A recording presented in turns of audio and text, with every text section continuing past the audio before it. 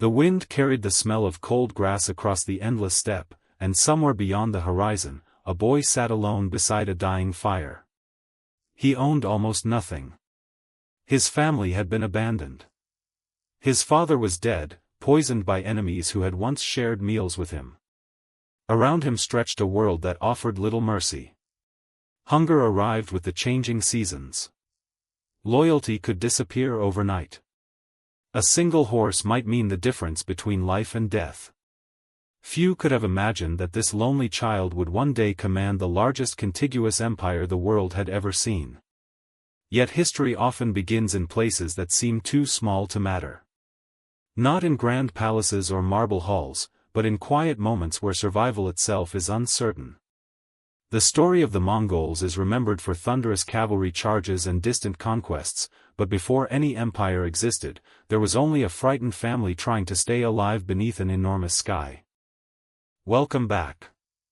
If these slow journeys through the past help you unwind at the end of the day, you might consider supporting the channel with a quiet like and a subscription. And if you feel like joining the conversation, leave your city and the time where you are listening tonight. It is always comforting to imagine people across different countries and different nights sharing the same story. Now settle into a comfortable place. Let your breathing slow. Let the noise of the day drift away. Tonight, we are traveling to the vast grasslands of Central Asia, where the horizon seems endless and where one remarkable life would reshape the history of nearly every continent it touched. Long before the name Genghis Khan echoed across Europe, Persia, China, and the Middle East, the Mongolian steppe lived by its own rhythm. It was a land that could appear peaceful from a distance. Rolling hills stretched into open plains. Rivers cut gently through the grasslands before disappearing toward distant mountains. Wild horses ran freely across the horizon, and the changing seasons painted the earth in shades of green, gold, and white. Yet beneath this quiet beauty was a demanding world. Winters could be brutally cold, with icy winds sweeping across the plains for days without rest. Summers brought heat, dust, and long journeys in search of fresh grazing land. Every family depended on its animals. Horses, sheep, goats, camels, and cattle were not simply possessions. They were food, clothing, transportation, wealth, and survival itself. The people who lived here built few permanent cities. Instead, they carried their homes with them. Round felt tents, known today as yurts or jers, could be assembled within hours and packed away just as quickly. Entire communities moved with the seasons, following water and pasture. Life was always in motion. Children learned to ride horses almost as soon as they could walk. By the time they reached adulthood, many could guide a galloping horse while shooting arrows with astonishing accuracy. Riding was not a special skill. It was simply part of everyday life. But this was only the surface of their world. To understand how one man united these scattered tribes, we must first understand why they were divided in the first place. The steppe had no single king. Instead, dozens of clans and tribes competed for influence. Alliances formed through marriage, friendship, or shared enemies. Just as quickly, those alliances could collapse through betrayal or revenge. Loyalty was valuable, but survival often mattered more. Each tribe was led by powerful families whose authority depended not only on bloodlines but also on their ability to provide protection, distribute wealth, and win battles. A weak leader could lose followers overnight. A strong leader attracted new warriors from neighboring clans. Conflict became almost ordinary. Raids for livestock happened regularly. Families sometimes awoke to discover their horses stolen during the night. Prisoners were taken. Children were adopted into rival tribes. Old feuds lasted generations. Violence was not celebrated for its own sake. It was woven into daily existence because resources were limited, and trust was fragile. Still, there were moments of peace. Storytellers gathered around evening fires. Elders passed down tales of ancestors whose courage had carried their people through harsh winters. Songs celebrated brave riders, faithful companions, and loyal horses. The stars above the steppe became both calendar and compass. Religion was equally tied to the natural world. Many Mongols followed the beliefs of Tengrism, honoring Tengri, the eternal blue sky. Mountains, rivers, ancestors, and spirits all held deep meaning. The heavens were not distant. They watched every decision, every promise, every betrayal. Whether every story told around those fires was historically accurate hardly mattered. They shaped how people understood themselves. They gave meaning to suffering and hope during uncertain times. Beyond the steppe, powerful civilizations flourished. To the south stood northern China, divided between rival dynasties with impressive cities, walls, markets, and armies. Further west lay the wealthy Islamic world, where scholars studied mathematics, astronomy, and medicine while merchants crossed deserts carrying silk and spices. To the southwest stretched Persia, rich with ancient traditions and prosperous trade routes. Europe, though distant, was slowly emerging from its own turbulent centuries. Most people living within these civilizations barely noticed the nomadic tribes beyond their borders. Some viewed them as troublesome raiders. Others traded peacefully with them. Few imagined that the scattered horsemen of the steppe would soon transform the political map of Eurasia. History often hides its greatest turning points behind ordinary beginnings. Around the year 1162, although the exact date remains uncertain, a boy named Temüjin was born into the Borjigin clan.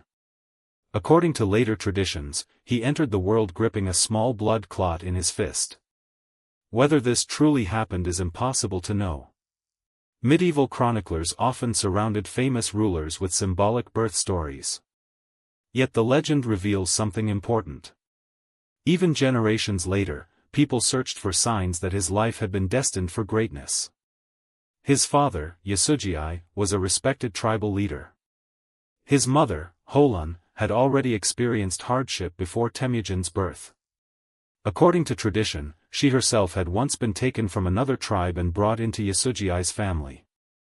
Such events were not unusual on the steppe, where marriages could involve diplomacy, force, or both. As a young child, Temüjin likely believed his family's future was secure. His father held influence. Their herds provided food. Friends and allies surrounded them. Then everything changed. When Temüjin was only about 9 years old, Yasugei traveled to arrange his son's future marriage, a common custom among the tribes. On his journey home, he accepted hospitality from members of the rival Tatars. They recognized him despite his attempt to hide his identity. According to Mongol tradition, they poisoned him. He managed to return home, but he soon died from the effects of the poison. His death shattered more than a family. It destroyed the delicate network of alliances that protected them. Without Yasugei's leadership, many followers abandoned his widow and children almost immediately. They took livestock, supplies, and protection with them. What remained was a struggling family left alone on the unforgiving steppe. For Temüjin, childhood ended in an instant. Instead of growing into the son of a respected chief, he became one more hungry boy searching for fish in icy rivers and roots beneath frozen ground. The family survived by gathering wild plants, hunting small animals, and sharing whatever little they could find. These years left deep marks upon him. He learned that noble birth meant little without loyal companions. He learned that promises could disappear when power vanished. Most importantly, he learned that hunger changes people. One story from this difficult period tells of a bitter dispute between Temüjin and his older half-brother Bektar over food. The argument grew until Temüjin and his younger brother killed Bektar. Modern readers may find the story shocking, and historians debate some of its details. Yet whether every part happened exactly as described, it reflects the desperate conditions facing the family. Scarcity pushed people toward impossible choices. The steppe demanded hard decisions. But another challenge was already approaching. Not everyone had forgotten the son of Yasugei. A rival group known as the Taikid eventually captured Temüjin, believing he might one day become a threat. They fastened a heavy wooden collar around his neck, marking him as a prisoner. Escape seemed almost impossible. Imagine the silence of those nights. A young man staring across the grasslands he could no longer ride freely. The stars overhead remained the same stars he had known as a child, but now they watched over someone whose future appeared finished before it had truly begun. And yet, history rarely moves in straight lines. What happened next would become one of the first signs that Temüjin possessed something more powerful than physical strength. He inspired loyalty even before he possessed wealth or an army. One evening, as the guards relaxed, an unexpected opportunity appeared. With the quiet help of a sympathetic family who chose compassion over fear, Temüjin escaped captivity. Hidden from his pursuers until the danger passed, he slipped back into the endless steppe. Freedom returned to him, but not security. He still had no kingdom. No great army waited for him. No palace welcomed him home. All he carried into the future were painful memories, extraordinary resilience, and a growing understanding that the old ways of endless tribal feuds had left everyone weaker than they realized. He could not yet know it, but those lessons, learned through hunger, betrayal, loneliness, and survival, would become the foundation upon which an empire unlike any the world had ever seen would eventually rise. And that, as remarkable as it already seems, was only the beginning. Morning arrived quietly over the steppe, not with the sound of church bells or the bustle of crowded streets, but with horses grazing through the mist and the soft creak of leather saddles being tightened for another day's journey. The grass shimmered with dew beneath a sky so vast that it seemed to have no beginning and no end. Somewhere within that open landscape rode a young man who possessed little more than determination, a handful of loyal companions, and an idea that few around him yet understood. The tribes believed power belonged to ancient families. Temüjin was beginning to believe it belonged to trust. That difference would change the history of the world. Before we follow him further, it is worth pausing for a moment to understand the customs of the people around him. Among the nomads of the Mongolian steppe, relationships often mattered more than territory. Land could not truly be owned in the modern sense. Herds moved with the seasons, rivers changed their courses, and grazing lands shifted from year to year. What endured were personal bonds, friendships, marriages, sworn brotherhoods, and promises made before witnesses. Those promises were precious. When they were broken, entire tribes could collapse into violence. Temüjin had watched such betrayal since childhood. His father's followers had abandoned the family almost immediately after Yasugei's death. Powerful men had chosen convenience over loyalty. The lesson remained with him. If he ever became a leader, he would build something different. For a time, however, such dreams seemed almost impossible. He was still rebuilding his life when another deeply personal challenge appeared. Years earlier, his father had arranged for him to marry a young woman named Borte from the Anggerat tribe. Such marriages were more than family celebrations. They strengthened political alliances between clans. Now that the years had passed, Temüjin returned to claim his bride. According to tradition, Borte left her family and joined his small household. Their marriage appears to have been one of genuine partnership, something not always emphasized in older histories that focused almost entirely on battles and conquests. But peace did not last. One night, warriors from the Merkit tribe attacked. Their raid was swift and terrifying. Horses thundered through the darkness. Families scattered in confusion. In the chaos, Borte was taken captive. For Temüjin, the loss was deeply personal. Yet it was also political. If he failed to rescue her, his reputation as a leader would suffer before it had truly begun. He faced an impossible problem. His own followers were too few. His enemies were too many. And yet this crisis created an opportunity. Temüjin sought help from two important figures. One was Togrul, often known by the title Yuan Khan, an influential ruler of the Kharit tribe and an old ally of Temüjin's father. The other was Jamukha, Temüjin's childhood companion and sworn blood brother. Together they gathered a force strong enough to strike the Merkits. The rescue succeeded. Borte returned safely. It was a moment of joy after years of hardship. But beneath that success, another story had quietly begun. Jamukha and Temüjin had once shared everything. As boys, they had eaten together, hunted together, and sworn eternal friendship according to the customs of the steppe. Such a bond, known as anda, carried enormous meaning. Yet people change. Friendship changes. History has a habit of testing relationships that once seemed unbreakable. At first, the two men cooperated. Both were talented leaders. Both attracted followers. Both dreamed of shaping the future of the Mongol tribes. But they imagined that future very differently. Jamukha believed society should remain rooted in noble birth. Leadership belonged to ancient aristocratic families whose status had been inherited through generations. Temüjin saw things another way. He had spent too many hungry winters to believe noble blood guaranteed wisdom. He began promoting people because they were capable, not because they came from famous families. A shepherd who showed courage could rise. A former servant who proved loyal might command warriors. A skilled archer mattered more than an impressive family tree. To many young men with little status, this was revolutionary. Followers slowly gathered around him. Some came seeking opportunity. Others came because they admired his fairness. Still others simply believed he offered a better chance of survival than endless tribal feuds. His camp grew larger each season. Jamukha watched carefully. The friendship slowly became a rivalry. At first the disagreements remained quiet. Then came open conflict.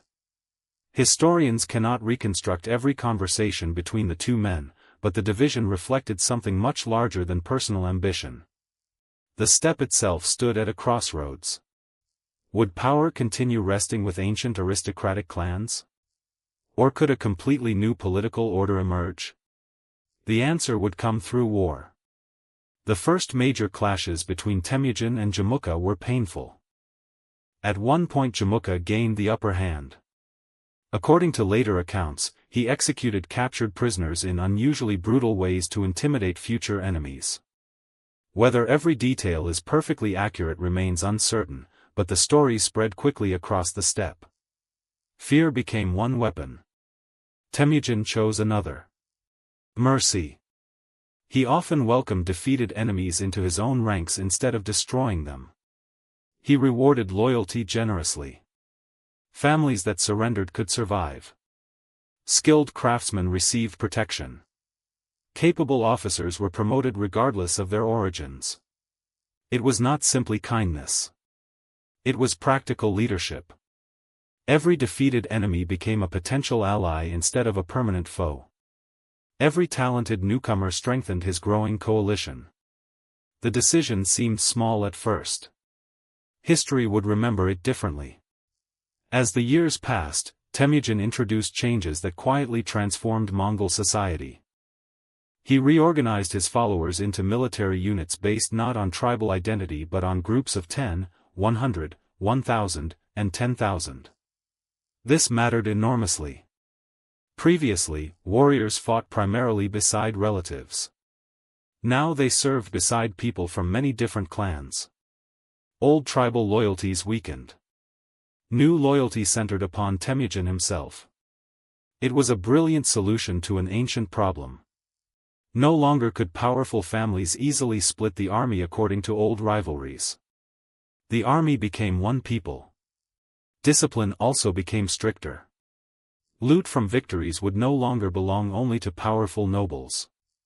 It would be distributed according to clear rules. Desertion during battle became a serious crime. Obedience mattered. Reliability mattered. Trust mattered.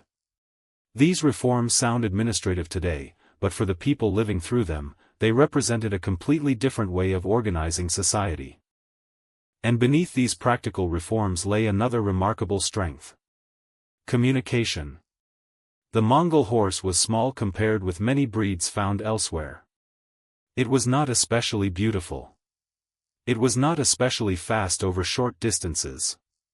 But it possessed extraordinary endurance. A rider could travel astonishing distances by changing between several horses carried with him. Messengers crossed the steppe with remarkable speed. News spread rapidly. Orders reached distant camps before many enemies even realized armies were moving.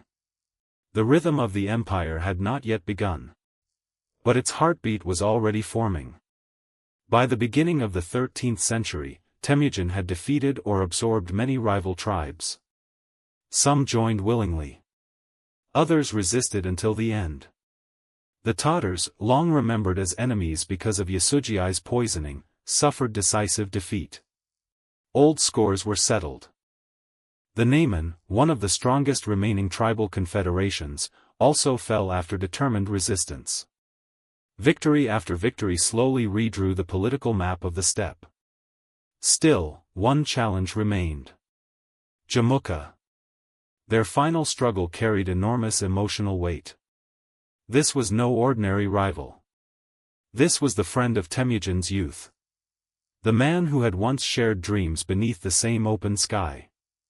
As support shifted toward Temüjin, Jamukha's own followers gradually abandoned him. Some surrendered. Some changed sides. Eventually Jamukha himself was captured. The men who delivered him expected reward. Instead, Temüjin reportedly condemned them for betraying their own leader. Even an enemy deserved loyalty from his followers. That principle mattered. Jamukha was brought before the man who had once called him brother. According to traditional accounts, Temüjin offered reconciliation. Jamukha refused. He is said to have asked for an honorable death without the shedding of blood, in keeping with steppe customs for noble people. Whether every word recorded later is perfectly authentic remains uncertain. What seems likely is that both men understood the moment's significance. One represented the old order. The other represented the future. Jamukha died. The rivalry that had shaped so much of Temüjin's early life came to an end. But something even greater was about to begin.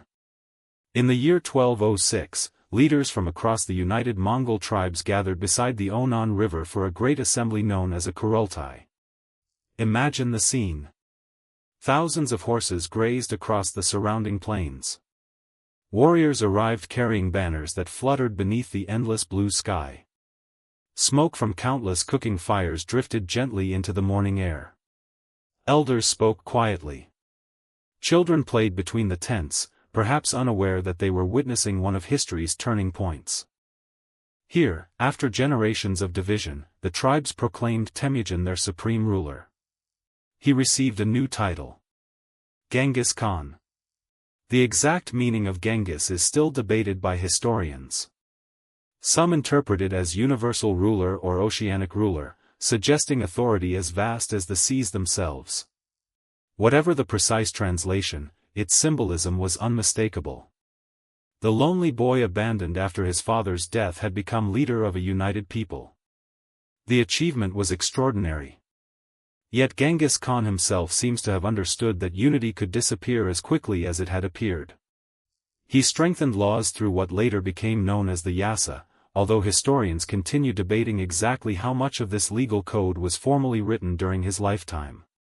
More important than its exact wording was its purpose. The new state required common rules. Theft, betrayal, and disorder threatened everyone.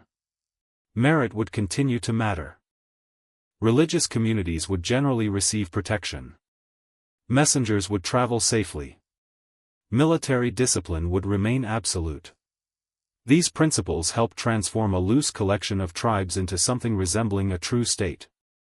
Still, peace was never likely to last for long. To the south lay the wealthy Yuan Dynasty of northern China. To the west stretched kingdoms linked by ancient trade routes. Beyond them waited cities whose merchants had never imagined that riders from the distant grasslands would soon appear beneath their walls. For a brief moment, the steppe seemed calm. Families rebuilt their herds. Children grew up knowing fewer tribal wars than their parents had endured. Hope quietly spread across the grasslands. But beneath that calm, something much larger had begun to move.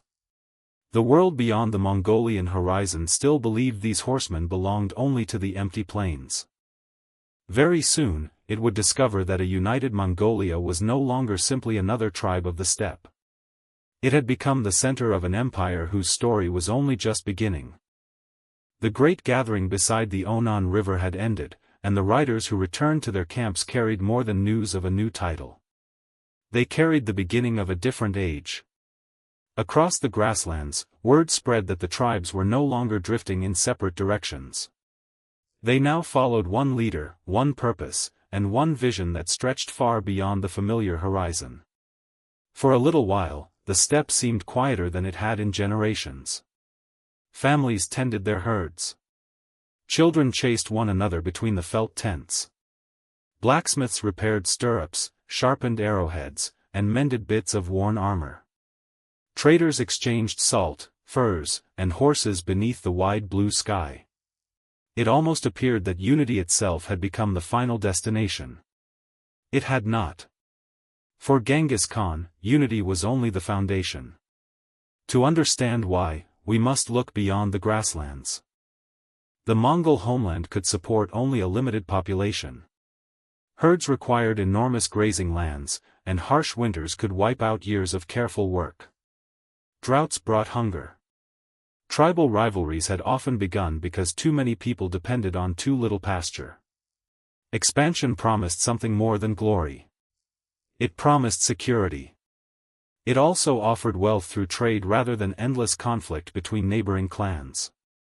Yet another reason quietly shaped Genghis Khan's thinking. He believed heaven had granted him authority to unite not only the steppe but also the peoples beyond it.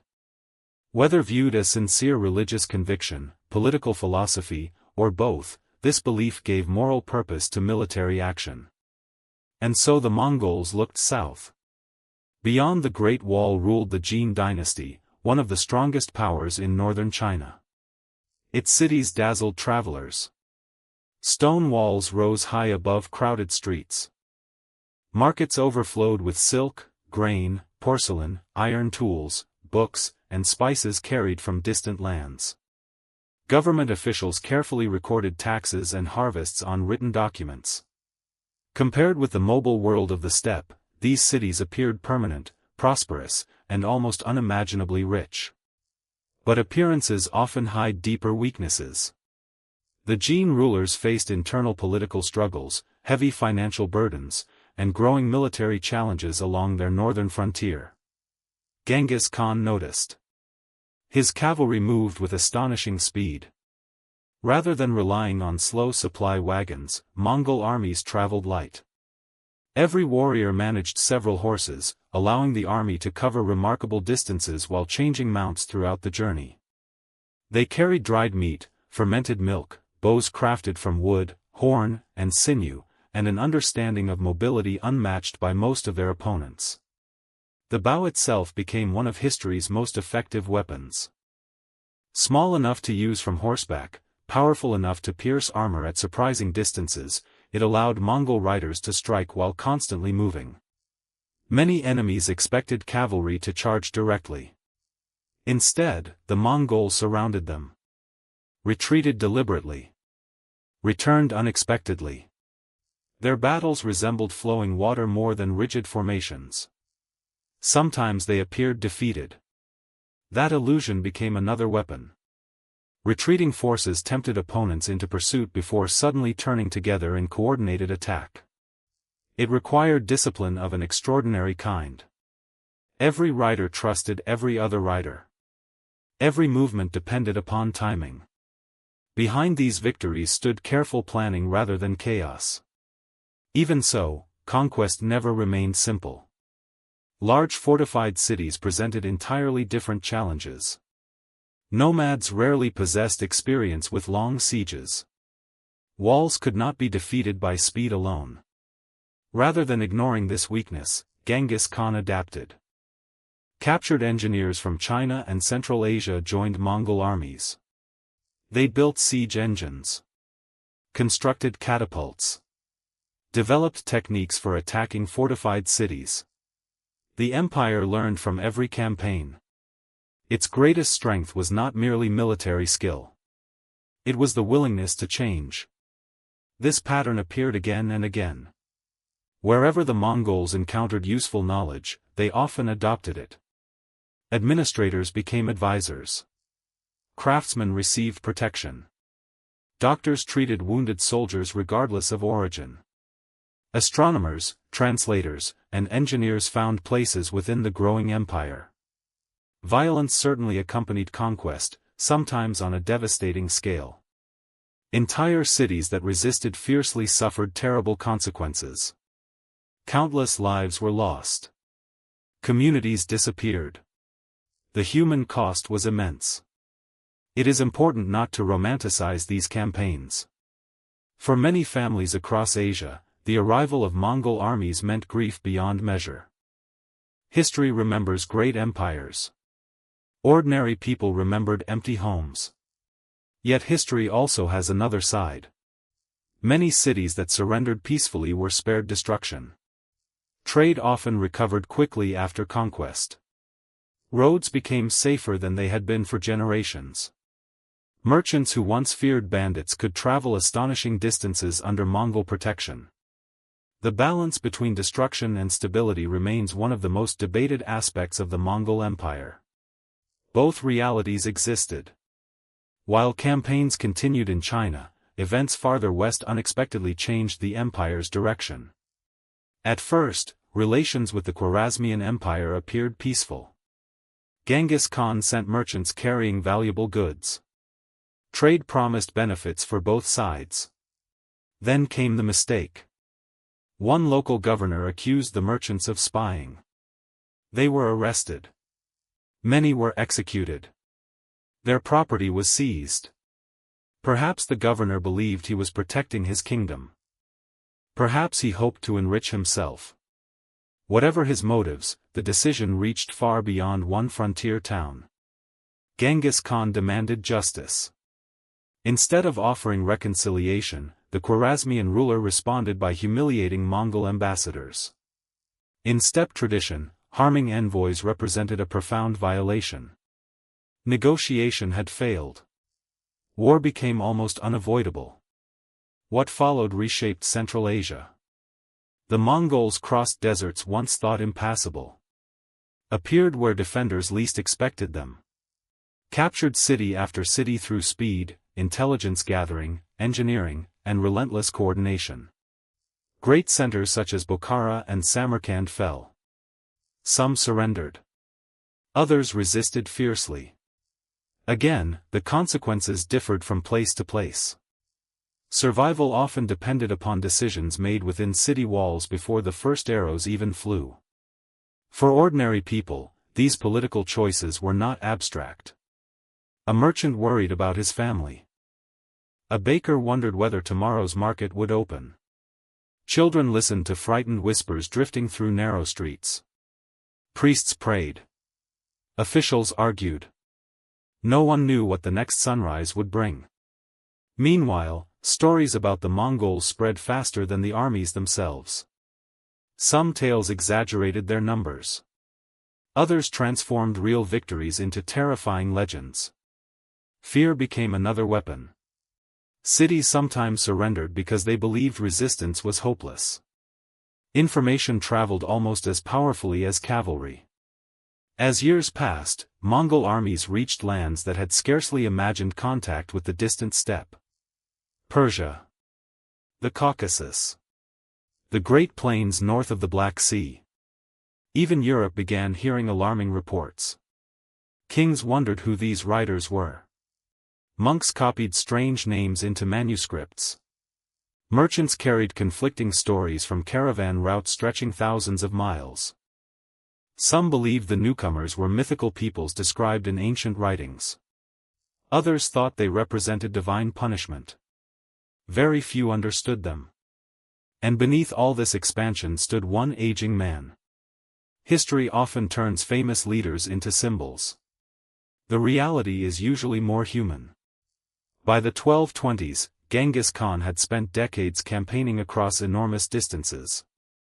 He had survived betrayals, harsh winters, dangerous hunts, countless battles, and the burdens of command. He remained determined. But he was no longer young. In 1227, during a campaign against the western Xia kingdom, Genghis Khan died. The exact cause remains uncertain. Some sources suggest illness. Others mention injuries suffered during a fall from horseback. Later legends added more dramatic explanations. Historians continue debating the evidence. Even his burial place remains one of history's enduring mysteries. According to tradition, his funeral procession passed in great secrecy. Whether every detail of those stories is true or not, the mystery itself became part of his legacy. The empire's founder disappeared into the landscape that had first shaped him. One might expect such a vast empire to collapse immediately after losing its creator. Instead, something remarkable happened. The institutions Genghis Khan had built proved stronger than one lifetime. At a new Kurultai, his son Ogedai became Great Khan. The conquests continued. Mongol armies expanded farther into Europe. They defeated powerful kingdoms in Eastern Europe and reached the edges of Central Europe before eventually turning back. Not because European armies had decisively defeated them, as older legends sometimes claimed, but largely because the death of the Great Khan required leading princes to return and participate in choosing the next ruler. The empire kept growing. Yet growth brought new challenges. How could one government rule forests, deserts, mountains, farmland, enormous cities, and endless grasslands at the same time? No simple answer existed. Different regions required different approaches. Chinese officials continued many administrative traditions. Persian scholars advised Mongol rulers in the West. Islam, Buddhism, Christianity, and traditional beliefs all existed within different parts of the empire.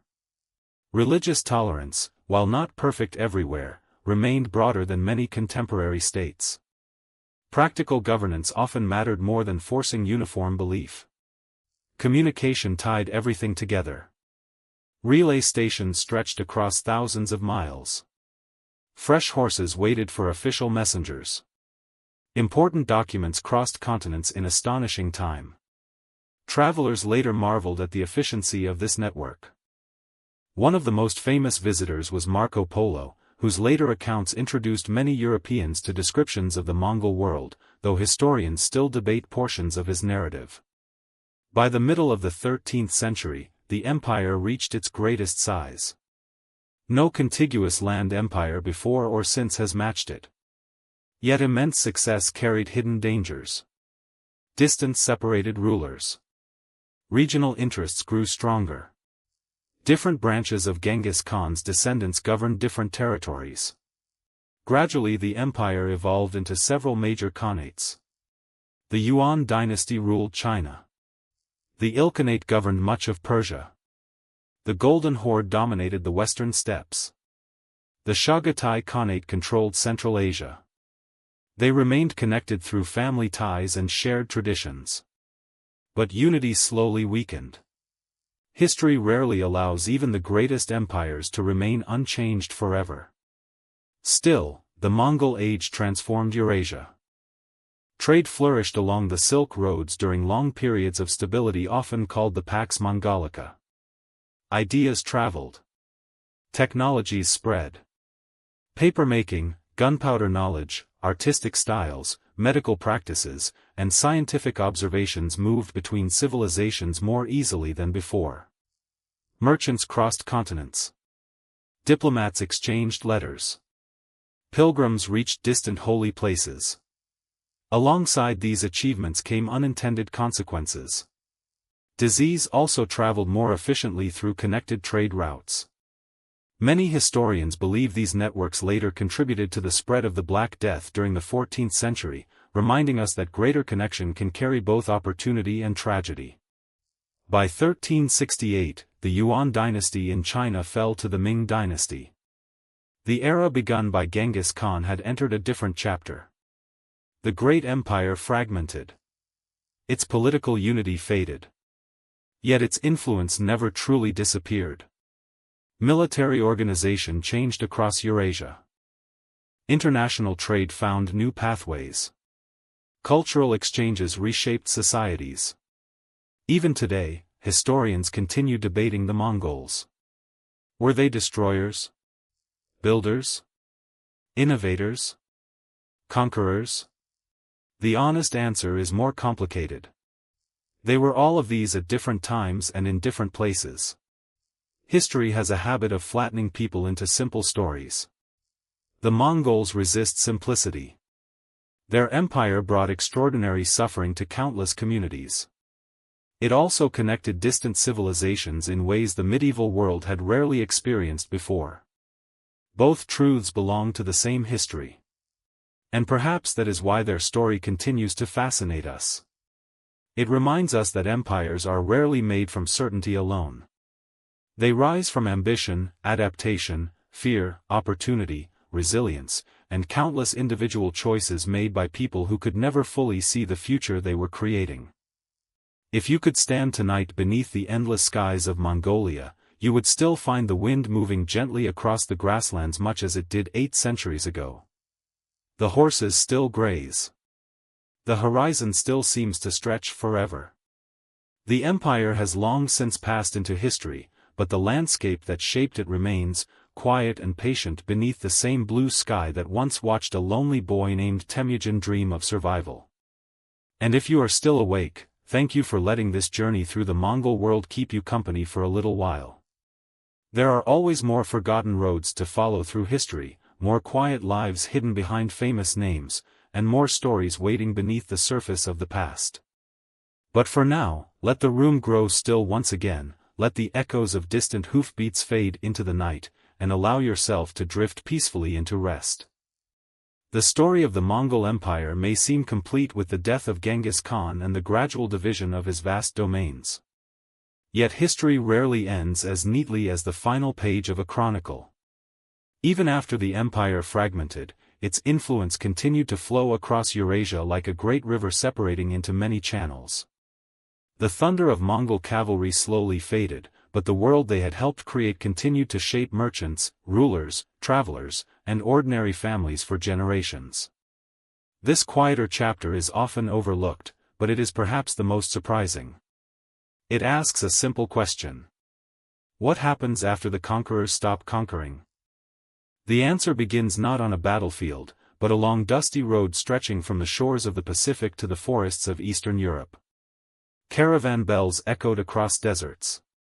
Ships carried silk and porcelain across warm southern seas. Horsemen delivered sealed letters between distant capitals. A merchant could travel farther than his grandparents had ever imagined possible, protected for much of the journey by rulers who, despite their rivalries, still shared a common Mongol heritage. For centuries before the Mongols, the Silk Roads had connected east and west. But those routes were often interrupted by war, local conflicts, heavy taxes, or dangerous bandits. During much of the 13th century, however, vast sections of those roads came under Mongol control or influence. Travelers still faced hardships, but they often encountered a remarkable degree of security across enormous distances. This period later became known as the Pax Mongolica, the Mongol Peace. Peace, however, should not be misunderstood as the absence of conflict. Wars still occurred. Rebellions still erupted. Local rulers still struggled for power. Yet compared with earlier centuries, long-distance trade became unusually reliable across much of Eurasia. Imagine a merchant leaving northern China with bundles of silk carefully wrapped against dust and rain. Months later, those same goods might appear in markets thousands of miles away. Along the route, he would hear unfamiliar languages, taste different foods, pray beside strangers following other faiths, and watch landscapes transform from green valleys to empty deserts and snow-covered mountains. Few people in history experienced such enormous journeys. The Mongol world encouraged them. At relay stations scattered across the empire, official messengers changed horses with astonishing efficiency.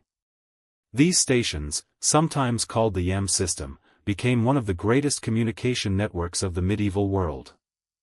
Fresh animals waited. Food was prepared. Shelter was available. Government officials could carry urgent news across continents with remarkable speed. To ordinary villagers, these riders must have appeared almost supernatural, arriving from distant horizons covered in dust before disappearing again into the endless landscape. Messages carried more than military orders. They carried trade agreements, diplomatic letters, tax records, news of births and deaths, requests for engineers, invitations to scholars. Ideas themselves began traveling more quickly than ever before. Knowledge followed the roads. Chinese inventions gradually reached Western lands. Islamic astronomy influenced Eastern courts. Persian art inspired new styles. Medical knowledge crossed cultural boundaries. Musicians carried unfamiliar melodies into distant cities. Even recipes traveled. A simple bowl of noodles or a method of preserving food might begin one life in Central Asia before quietly becoming part of another culture many years later.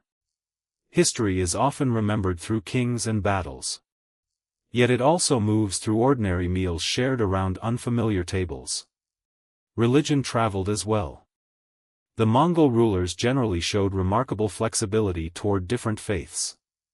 Buddhism, Islam, Christianity, Judaism, and traditional beliefs all found space within different parts of the empire. Monasteries, mosques, churches, and temples often continued their work under Mongol rule, although local conditions varied greatly depending on time and place. This tolerance was not necessarily born from modern ideas about equality. It was practical. The empire governed many peoples. Forcing everyone to abandon deeply held beliefs would have created endless resistance. Allowing communities to worship often proved the wiser course. Even so, challenges never disappeared. As generations passed, the descendants of Genghis Khan increasingly identified with the cultures they ruled. In Persia, Mongol leaders embraced Islam. In China, the Yuan emperors adopted many Chinese administrative traditions while also maintaining aspects of their own heritage. On the western steppes, the Golden Horde developed its own political identity. Family ties remained. Political unity weakened. It happened gradually. No single moment announced the end. Instead, distance slowly accomplished what no enemy army had fully achieved. The empire became several empires. Meanwhile, life continued for ordinary people. A shepherd still worried about the coming winter. A blacksmith repaired broken tools. Children learned songs from their grandparents. Farmers watched the skies, hoping for rain. Most people did not think about global history. They thought about tomorrow. And yet the decisions of distant rulers shaped those ordinary tomorrows in countless unseen ways. Taxes changed. Trade expanded. New goods appeared in markets. Foreign travelers arrived carrying unfamiliar stories. One visitor who later became famous was Marco Polo.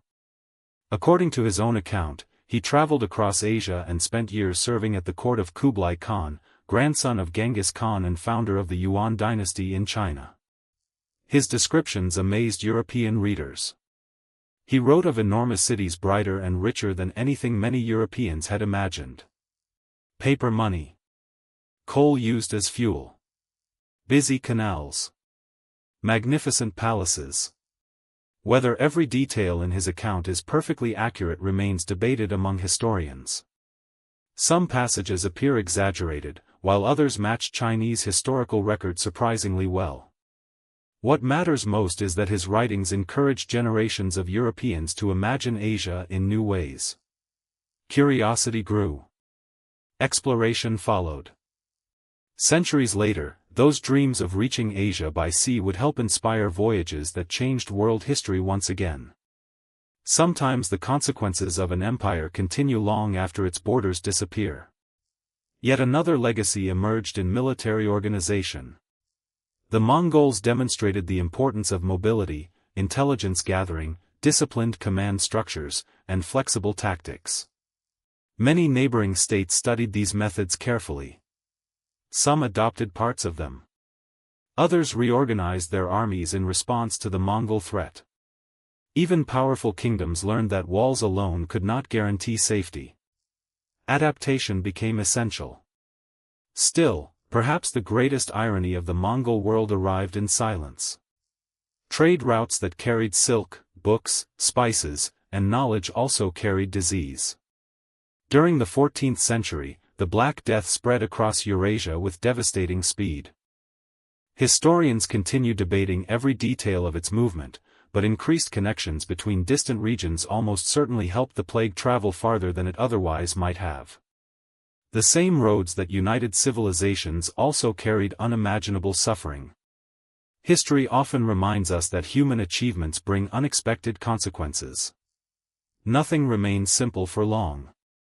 By the middle of the 14th century, the Yuan Dynasty in China faced growing unrest. Floods damaged agriculture. Economic problems increased. Political struggles weakened confidence in the government. Peasant rebellions spread. Among the rebels emerged Zhu Yuanzhang, who would eventually establish the Ming dynasty in 1368. With the fall of the Yuan capital, Mongol rule over China came to an end. Many Mongols returned to the steppe. Others remained, becoming part of China's diverse population. The empire founded by Genghis Khan had reached the end of one remarkable chapter. Yet the Mongol peoples themselves did not disappear. Their traditions endured. Their language survived. Their descendants continued raising horses beneath the same endless skies that had shaped Temüjin centuries before. Even today, visitors to Mongolia often describe the extraordinary silence of the steppe. It is a silence filled with wind. With distant hoofbeats. With enormous skies stretching beyond imagination. Standing there, it becomes easier to understand why freedom meant so much to the nomads who called this land home. Cities create one kind of civilization. Open landscapes create another. Neither is simple. Neither is complete on its own.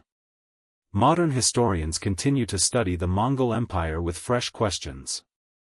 Older histories sometimes portrayed the Mongols only as ruthless destroyers.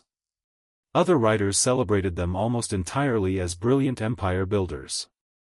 The evidence tells a more complicated story.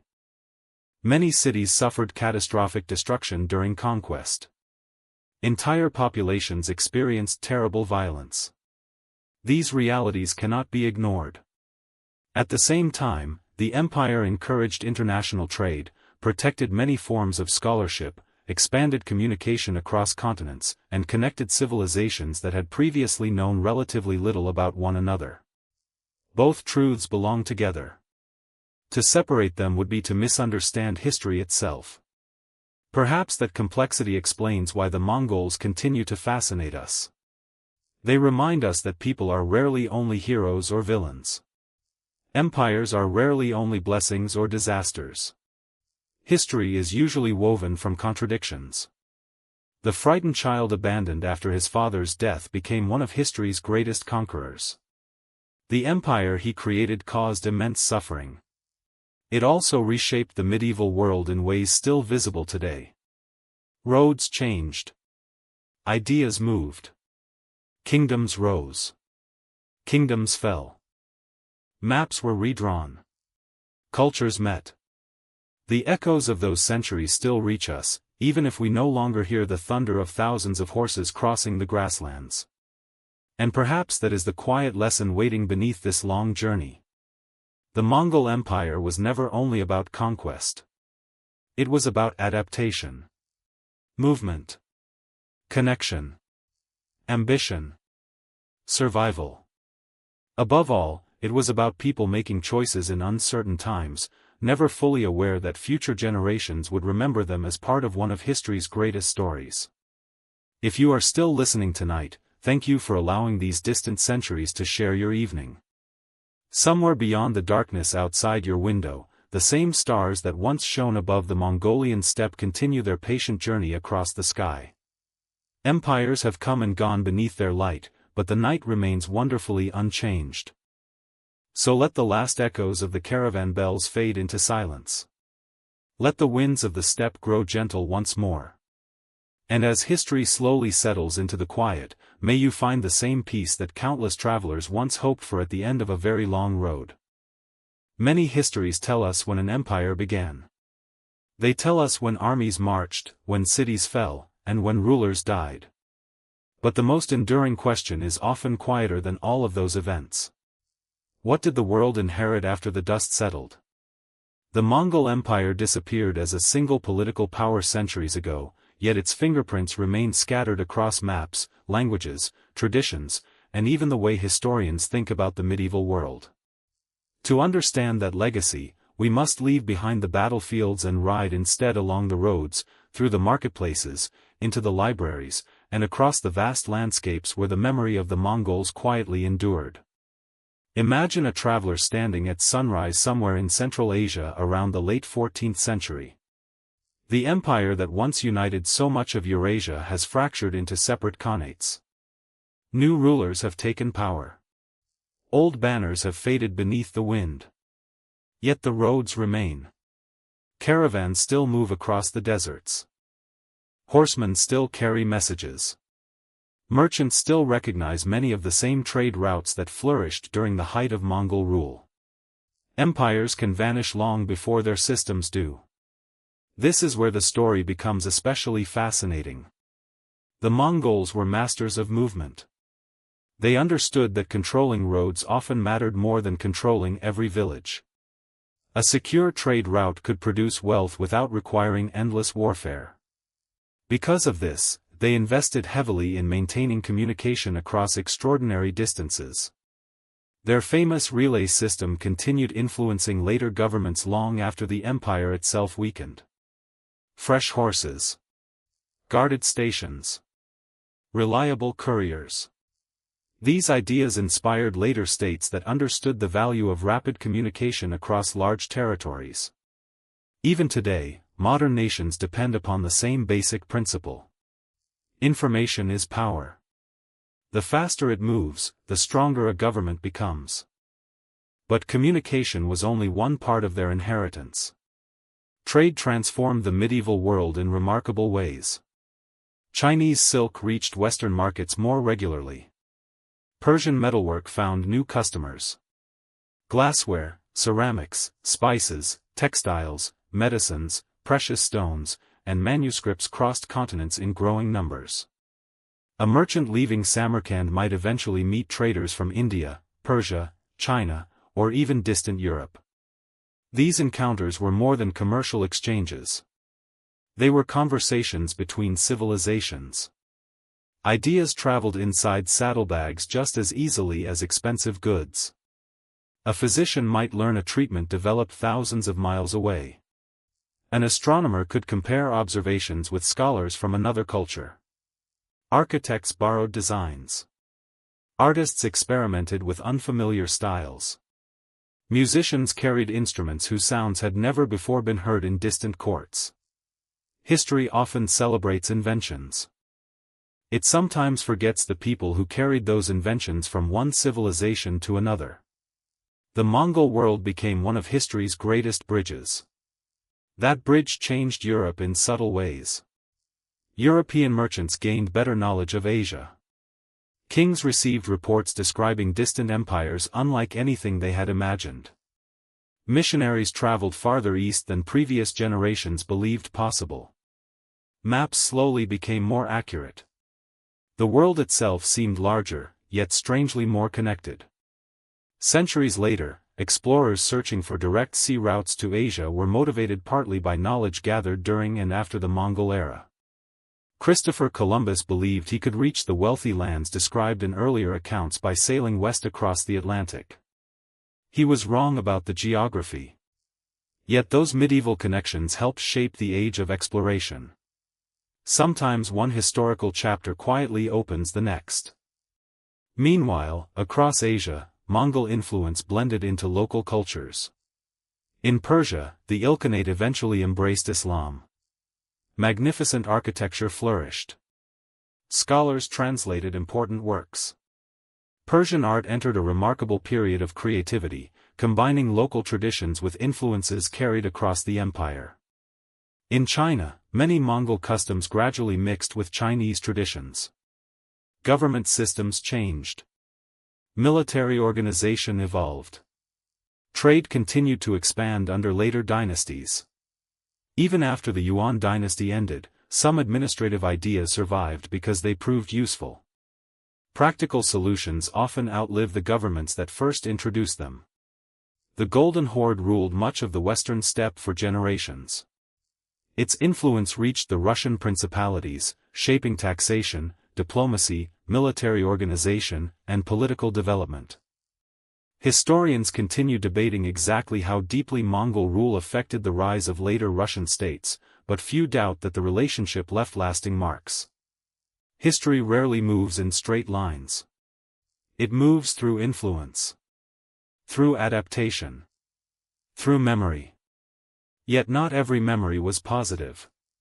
Across Persia, northern China, Central Asia, and parts of Eastern Europe, stories survived describing destroyed cities and unimaginable suffering.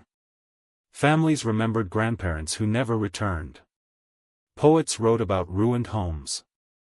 Religious leaders reflected on loss and survival. For many communities, the Mongol invasions became symbols of catastrophe. Those memories deserve to be remembered with honesty. The achievements of the empire should never erase the experiences of those who endured its violence. Balanced history asks us to hold both realities at once. That balance is not always easy. It is tempting to simplify the past into heroes and villains. The Mongols refuse such simple categories. They could show remarkable religious tolerance while carrying out devastating military campaigns. They encouraged scholarship while destroying cities that resisted. They protected trade while waging relentless war. Contradictions surrounded them because contradictions surround humanity itself. Perhaps that is why historians continue returning to this subject. Every generation asks different questions. Earlier writers often focused almost entirely on conquest. Modern scholars increasingly examine climate, economics, diplomacy, family life, trade networks, environmental change, and cultural exchange. The empire appears different depending upon where one stands. A merchant remembers one story. A soldier another. A monk another. A child growing up on the steppe another still. None of these perspectives is complete alone. Together they create a richer picture. And then there is Mongolia itself. Modern Mongolia is an independent nation whose people preserve many traditions connected to their nomadic heritage. Across the steppe, herding remains an important way of life for many families. Horses still occupy a special place within the culture. Children often learn to ride from a remarkably young age. The annual Nadam festival celebrates wrestling, horse racing, and archery, three skills that once shaped daily life across the grasslands. Visitors often describe the experience of sleeping inside a traditional gur beneath a sky overflowing with stars. Without the bright lights of large cities, the heavens appear almost endless. It is not difficult to imagine why earlier generations believed the eternal blue sky watched over human destiny. The landscape itself encourages reflection. Wide spaces change the way people think. Silence becomes something almost tangible. The wind seems to carry voices from distant centuries. Perhaps somewhere beyond the next hill, a small family once gathered around a fire much like the one where young Temüjin listened to stories from his mother. No monument marks that exact place. History often leaves its greatest beginnings unmarked. The empire he created lasted only a relatively short time compared with civilizations like Egypt or China. Yet during that brief period, it altered the course of world history more dramatically than many empires that endured for far longer. That is one of history's great surprises. Length alone does not determine influence. Sometimes a single century changes everything. As our journey through the Mongol world gradually comes to its close, it is worth remembering the extraordinary contrast with which this story began. A hungry boy. A broken family. A forgotten corner of the steppe. From those unlikely beginnings emerged an empire stretching across nearly the whole breadth of Eurasia. Not because history was inevitable. Not because destiny guaranteed success. But because countless decisions, wise and unwise, compassionate and ruthless, fortunate and tragic, combined across decades into something larger than any one person could fully control. That is perhaps the deepest lesson the Mongol story offers. History is never made by certainty alone. It grows from uncertainty. From adaptation. From resilience. From human beings responding to a world that is constantly changing.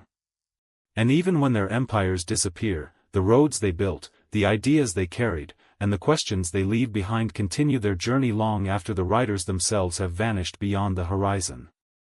If you have stayed with me until this quiet ending, I hope these distant centuries have offered not only knowledge, but also a sense of wonder. Somewhere tonight, the grasslands of Mongolia are resting beneath the same stars that watched over Temüjin, Genghis Khan, merchants, travelers, and countless ordinary families whose names history never recorded. The horses are quieter now. The campfires have long since faded. The great armies have become echoes carried by the wind. But the story remains. And perhaps that is the gentlest kind of immortality history can offer. So, as the night grows deeper and the world around you becomes still, let these ancient roads slowly disappear into the darkness. Let the endless steppe stretch peacefully beyond the edge of imagination. And may the calm voices of the past keep you quiet company until sleep finally finds you.